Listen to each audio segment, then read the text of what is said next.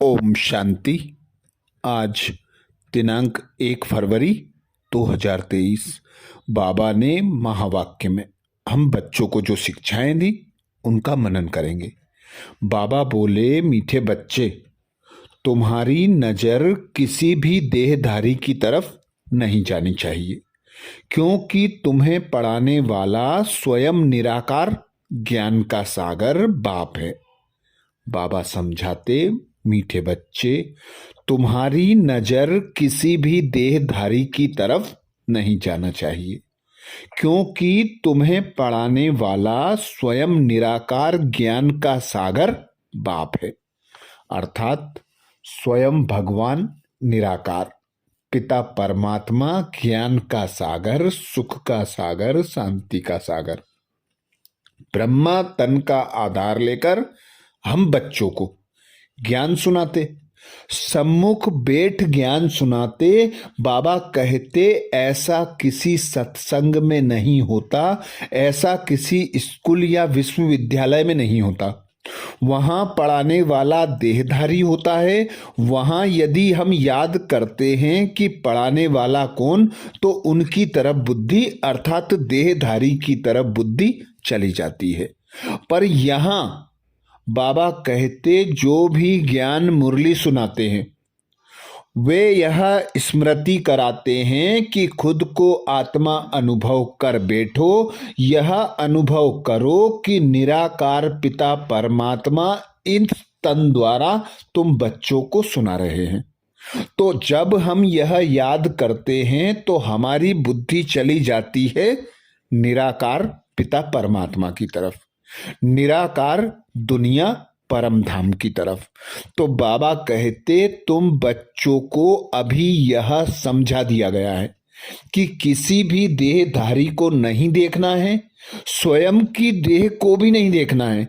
खुद को आत्मा अनुभव कर पिता निराकार परमात्मा को याद करना है। ज्ञान मुरली सुनते समय भी यह स्मृति रखना है कि बाबा की मुरली इन द्वारा हम सुन रहे हैं।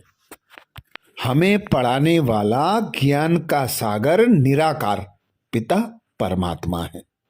इसीलिए बाबा कहते, सत्संग व कॉलेज आदि जो होते हैं वहां देखने में आता है कौन पढ़ाते हैं।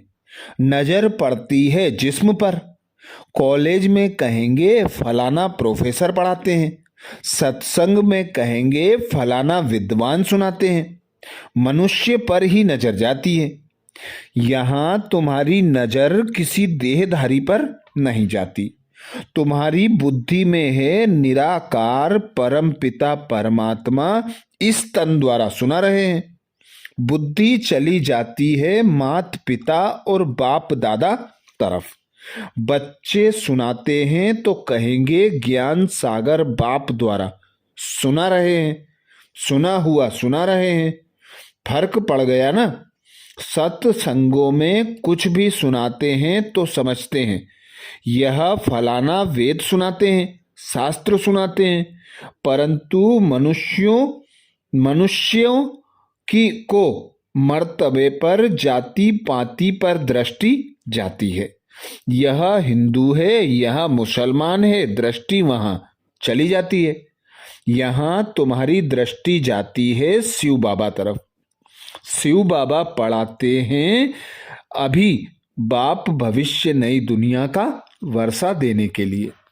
प्रश्न किया बाबा ने, ऊंच पद के लिए कौन सी एक मेहनत तुम बच्चे गृहस्थ व्यवहार में रहते भी कर सकते हो? ऊंच पद के लिए कौन सी एक मेहनत तुम बच्चे गृहस्थ व्यवहार में रहते भी कर सकते हो? उत्तर में बाबा समझाते, गृहस्थ व्यवहार में रहते सिर्फ ज्ञान कटारी चलाओ, स्वदर्शन चक्रधारी बने हो और शंख ध्वनि करते रहो। चलते फिरते बेहद के बाप को याद करो और उसी सुख में रहो तो ऊंच पद अर्थात मर्तबा मिल जाएगा। यही मेहनत है। बाबा हम बच्चों को संपूर्ण संपन्न बनने के लिए, आप समान बनाने के लिए एक श्रीमत देते कि मैं आता हूं पवित्र प्रवृत्ति मार्ग की स्थापना कराने, तो मैं तुम बच्चों को कोई सन्यास आदि नहीं कराता। सिर्फ तुम बच्चों को घर गृहस्थ में रहते कमल फूल समान रहना है, ज्ञान का मनन चिंतन करना है, अर्थात ज्ञान कटारी चलाते रहना है। एक बाबा ने हम बच्चों को स्वदर्शन चक्रधारी बनाया, तो स्वदर्शन चक्र चलाते अपनी कमी कमजोरियों को चेक कर निकालते जाना है। बाबा कहते शंख ध्वनि करते जाओ। तुम बच्चों का कर्म वही है जो बाप का कर्म है। बाबा आया विश्व कल्याण अर्थ विश्व का परिवर्तन करने, तो बाबा कहते तुम बच्चे निमित्त हो, तुम्हें भी शंख ध्वनि कर सर्विस जरूर करनी है। यही एक छोटी सी मेहनत बाबा हमें बताते। इसीलिए बाबा समझाते आगे सन्यासी पैसे के लिए सन्यास नहीं करते थे, वह तो चले जाते थे जंगल में, इस दुनिया से तंग हो अपने को छुड़ाते थे, परंतु छूट नहीं सकते। बाकी पवित्र रहते हैं, पवित्रता का बल से भारत को थामते हैं। यह भी भारत को सुख देते हैं। यह पवित्र नहीं बनते तो भारत टू मच वेश्यालय बन जाता। पवित्रता सिखाने वाला एक यह परमपिता परमात्मा ही है, जो निवृत्ति मार्ग वालों को सिखाते हैं। बाबा कहते दूसरा है पवित्र प्रवृत्ति मार्ग, जो बाबा आकर स्थापन करते हैं। इसीलिए बाबा कहते निवृत्ति मार्ग वाले हठ योगी सन्यासी हैं। तुम बच्चे तो गृहस्थ में रहते पवित्र प्रवृत्ति मार्ग वाले हो। भारत में पवित्र प्रवृत्ति मार्ग था। इन देवी देवताएं पवित्र थे, अब अपवित्र बन गए हैं। पूरा आधा कल्प 5 विकारों द्वारा अपवित्र बनते हैं। माया ने थोड़ा थोड़ा करते पूरा ही अपवित्र बना दिया है, पतित बना दिया है। तो बाबा आकर ही इस पतित दुनिया को पावन बनाते हैं। पवित्र प्रवृत्ति मार्ग की स्थापना कराए हम बच्चों को विश्व को पावन बनाने के निमित्त बनाते हैं। अगला प्रश्न किया बाबा ने, योग से तुम्हें कौन सा डबल फायदा होता है? योग से तुम्हें कौन सा डबल फायदा होता है?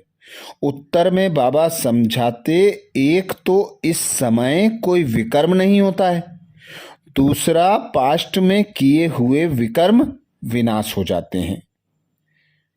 बाबा आकर हम बच्चों को सदा स्मृति कराते, खुद को आत्मा अनुभव कर एक पिता परमात्मा को याद करो।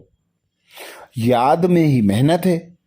याद में रहते तुम बच्चे कोई भी कर्म करते हो तो श्रेष्ठ कर्म ही होता है, क्योंकि भगवान जब याद होता है तो उसकी श्रीमत भी याद होती है, और श्रीमत अनुसार जब संकल्प बोल और कर्म होते हैं तो श्रेष्ठ होते हैं। बाबा कहते याद से तुम्हें डबल फायदा है, कोई विकर्म होते नहीं, और जो पिछले विकर्मों का बोझा है, पापों का बोझा है, वह याद से भस्म हो जाता है। आगे बाबा कहते अब तुम्हें याद करना है बेहद के बाप को, उनका ही परिचय सबको देना है, समझाना है। बोलो तुम राज विद्या इस जन्म में पढ़कर बैरिस्टर आदि बनेंगे। अच्छा, यहाँ ही खत्म हो जाएगी? बाबा कहते कोई इम्तिहान पास कर लंदन गया, वहाँ मर पड़ा तो पढ़ाई खत्म हो जाएगी। वह है विनाशी पढ़ाई, यह है अविनाशी पढ़ाई। इसका कभी विनाश होता नहीं। तुम जानते हो नई दुनिया में आकर हमको राज्य करना है, वह है अल्पकाल का सुख, सो भी जब नसीब में हो। पता नहीं कितना समय चले। यहाँ तो सर्टेन है, इम्तिहान पूरा हुआ और तुम जाकर 21 जन्मों के लिए राज्य भाग लेंगे। हद के बाप टीचर, गुरु से हद का वर्षा मिलता है। अभी बेहद के बाप से हम बच्चों को 21 जन्मों के लिए सुख, शांति, आनंद, प्रेम, पवित्रता सब कुछ मिलता है। वो लोग कहते हैं गुरु से शांति मिली। बाबा समझाते, अरे यहाँ शांति थोड़े ही हो सकती है। आर्गन से काम करते करते थक जाते हैं तो आत्मा शरीर से डिटेच हो जाती है। बाबा कहते हैं शांति तो तुम्हारा स्वधर्म है। यह आर्गन्स हैं, काम नहीं करने चाहते हो तो चुप बैठ जाओ, अशरीरी हो जाओ। बाद में योग लगाते हैं तो विकर्म विनाश हो जाएं। भल कोई सन्यासियों से तुमको शांति मिले, परंतु उससे विकर्म विनाश नहीं हो सकते। यहाँ बाप की याद से विकर्माजीत बनते जाएंगे। अच्छा, वो शांति में बैठे हैं करके भी, बाबा कहते वो शांति में बैठे हैं करके भी विकर्म विनाश नहीं होंगे। डबल फायदा तुम बच्चों का है। तुम याद से अतीन्द्रिय सुख की अनुभूति भी करते और विकर्म विनाश भी होते जाते। आज बाबा ने हम बच्चों को वरदान दिया। वरदान में बाबा कहते ऊंची स्टेज पर रहे, प्रकृति की हलचल के प्रभाव से परे रहने वाले, प्रकृति जीत भाव। ऊंची स्टेज पर रहे, प्रकृति की हलचल के प्रभाव से परे रहने वाले, प्रकृति जीत भाव। आज स्वयं भगवान हम बच्चों को प्रकृति जीत बनने की युक्ति बताते। ऊंची स्टेज पर स्थित हो जाओ। इस देह से न्यारे खुद को आत्मा अनुभव करो। फरिश्ता बनकर रहो, क्योंकि बाबा कहते तुम अभी ब्राह्मण बने हो। ब्राह्मण सो फरिश्ता सो देवता बनना तुम्हारा लक्ष्य है। तो वहाँ जो देवी देवता होते सब प्रकृति जीत होते, देही अभिमानी होकर रहते हैं। तो यहाँ ही तुमको वह सब प्रैक्टिकल में करने हैं। तो बाबा कहते जितना हो सके इस देह से, देह की दुनिया से, सुख सुविधा के साधनों से खुद को उपराम बनाते जाओ, तो प्रकृति जीत स्वतः और सहज बन जाएंगे। सदा अपने को स्वराज्य अधिकारी आत्मा अनुभव करो। हर कर्मेंद्री से अपनी बाबा की मत अनुसार कर्म कराओ, क्योंकि यहाँ जो जितना स्वराज्य अधिकारी बनेंगे वही विश्व राज्य अधिकार प्राप्त करेंगे। वही बाबा कहते प्रकृति जीत बन सकेंगे। तो सर्वप्रथम खुद को आत्मा अनुभव करना है, स्वराज्य अधिकारी बनकर सर्व कर्मेंद्रियों से श्रीमत अनुसार कर्म कराना है और कर्म करा के फिर न्यारे और प्यारे इस प्रकृति के 5 तत्वों से उपराम हो जाना है। कोई भी कर्म करते हलचल की परिस्थितियों में साक्षी होकर ड्रामा को देखने से भी बाबा कहते प्रकृति जीत बन जाएंगे। इसीलिए बाबा समझाते माया जीत तो बन रहे हो, लेकिन अब प्रकृति जीत बनो, क्योंकि अभी प्रकृति की हलचल बहुत होनी है। कभी समुद्र का जल अपना प्रभाव दिखाएगा तो कभी धरनी अपना प्रभाव दिखाएगी।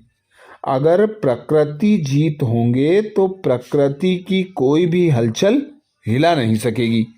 सदा साक्षी होकर सब खेल देखो। जैसे फरिश्तों को सदा ऊंची पहाड़ी पर दिखाते हैं, ऐसे आप फरिश्ते सदा ऊंची स्टेज पर रहो तो जितना ऊंचा रहेंगे उतनी हलचल से स्वतः परे होते जाएंगे। स्लोगन में बाबा कहते, अपने श्रेष्ठ वाइब्रेशन से सर्व आत्माओं को सहयोग की अनुभूति कराना ही तपस्या है। अपने श्रेष्ठ वाइब्रेशन से सर्व आत्माओं को सहयोग की अनुभूति कराना ही तपस्या है। अर्थात जितना जितना खुद को आत्मा अनुभव कर एक पिता निराकार परमात्मा को याद करेंगे, जितना अंतर्मुखी होकर रहेंगे, बाबा कहते आप सेवा स्वतः कर सकते हो। आपके आसपास का वायुमंडल ऐसा बना लो, जहां आप रहते हो वहां ऐसा शांति का कुंड बना लो कि सर्व आत्माएं आपकी तरफ आकर्षित हों और उन्हें स्वतः और सहज आपके द्वारा सर्व शक्तियों का अनुभव हो, शांति की सकाश मिले, परिवर्तन हो जाए आत्मा उस ओहरे में आकर। तो ऐसे ही बच्चे बाबा कहते श्रेष्ठ बच्चे हैं, श्रेष्ठ सेवाधारी हैं, वही नंबर 1 के अधिकारी हैं। अच्छा, ये थे बाबा के महावाक्य। ओम शांति।